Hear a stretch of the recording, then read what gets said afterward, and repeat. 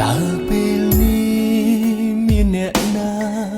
អាចនឹងថាខ្ញុំនេះឈឺចាប់បងខំស្មោ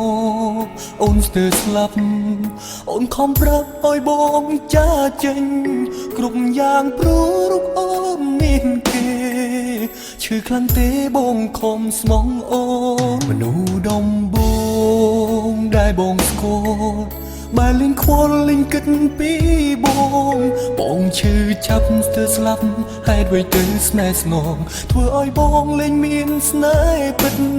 វមិត្តអូនធ្វើឲ្យបងឈឺឥឡូវដឹងទេមកពីពើទើបបងចេះក្បត់ស្នេហ៍ក្រោយពេលអូនក្បត់បងក៏คล้ายជាព្រាននារីបុរសម្នាក់នេះលែងជាស្មោចំពោះក្តីស្នេហ៍ក្រោយពេលអូនក្បត់ចិត្តមិនស្គប់ព្រោះតែមានមេអូនសុំទោសបងមែនទេអូនមិនចង់ឃើញព្រោះតែក្តីស្នេហ៍បងក្បត់គេ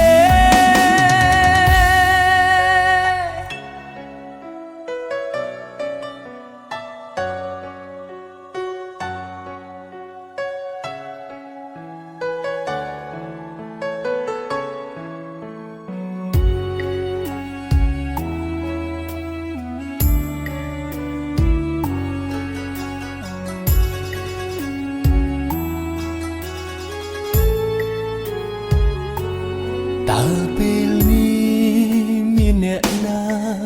អាចនឹងថាខ្ញុំនេះឈឺចាប់បងខំស្មោអូនស្ទើរស្លាប់អូនខំប្រាប់ឲ្យបងចាចេញគ្រប់យ៉ាងព្រោះរូបអូនមានគេឈឺខ្លាំងទេបងខំស្មងអូនមនុស្សដំបងដែលបងស្គាល់បែរលេងខ្វល់លេងគិតពីបងឈឺចាប់ស្ទើរស្លាប់ហេតុអ្វីទៅស្នេហ៍ស្នងធ្វើឲ្យបងលេងមានស្នេហ៍ពិតវមិត្តអូនធ្វើឲ្យបងឈឺឥឡូវដឹងទេមកពីពើទើបបងចេះក្បត់ស្នេហ៍ក្រោយពេលអូនក្បត់បងក៏คล้ายជាព្រាននារីបុរសម្នាក់នេះលែងជាស្មោចំពោះក្តីស្នេហ៍ក្រោយពេលអូនក្បត់ចិត្តមិនស្គប់ព្រោះតែមានមេអូនសុំទោសបងមែនទេអូនមិនចង់ឃើញព្រោះតែក្តីស្នេហ៍បងក្បត់គេក្រោយពេលអូនក្បត់បងក៏คล้ายជាព្រាននារី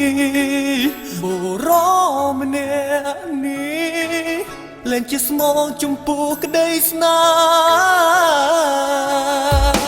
ក្រោយពេលអូនក្បត់ចិត្តមិនស្គប់ព្រោះតែមានមេអូនសុំទោសបងមែនទេអូនមិនចង់ឃើញព្រោះតែក្តីស្នេហ៍បងក្បត់គេអូនមិនចង់ឃើញព្រោះតែរូបអូននេះទើបបងក្បត់គេ